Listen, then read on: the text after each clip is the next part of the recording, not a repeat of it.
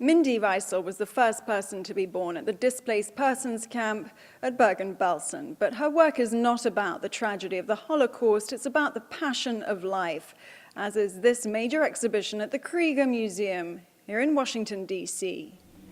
In an intimate space in 3 separate bodies of work, beauty has survived 2 massive human tragedies, the Holocaust and the tsunami that hit Japan in 2011.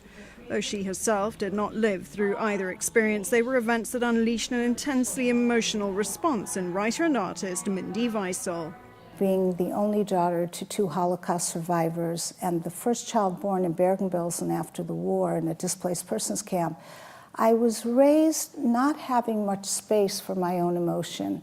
It was watching my parents' face, making them happy. My mother lost her whole family. It was really having to be everything to these people. Though the paintings inspired by the Holocaust are dark and bleak, they don't represent death alone. Instead, the artist was more preoccupied with the survival of beauty and hope. That's all I wanted to do, is write my father's number down on 100 paintings. I just wrote and did beautiful, colorful paintings that looked very much like the new work, but felt this need to blacken them out. But I found that as much as I tried to blacken them all out to deal with the destruction of beauty, there was always light coming through. A suitcase in the middle of the exhibition captures the spirit of survival and the ability of the human race to start over. Painted in cobalt blue, the colour Mindy Weisel most associated with her elegant but damaged mother, the case sits between the Holocaust paintings, which date back to 1979, and her newer series on the tsunami.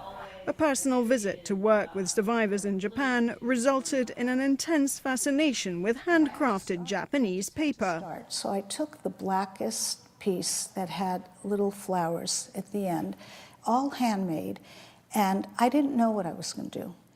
The result is a series of explosive works packed with colour and emotion.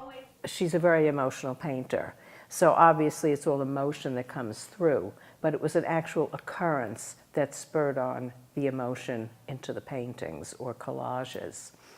So I felt that was meaningful. If Mindy Weisel wants one thing to be known about her, it's that she's very much alive, but her art has been affected by the stories of death and destruction with which she grew up. I start each work by writing, and so I would write out the story, and then I would just make one mark, would follow another mark, would follow another mark.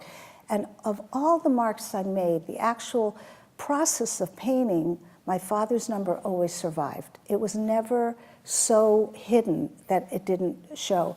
Mindy Weisel paints feelings. She says you can change thoughts and ideas, but you can't change feelings. And these works of art are highly emotional. Nina Maria Potts for JN1 in Washington.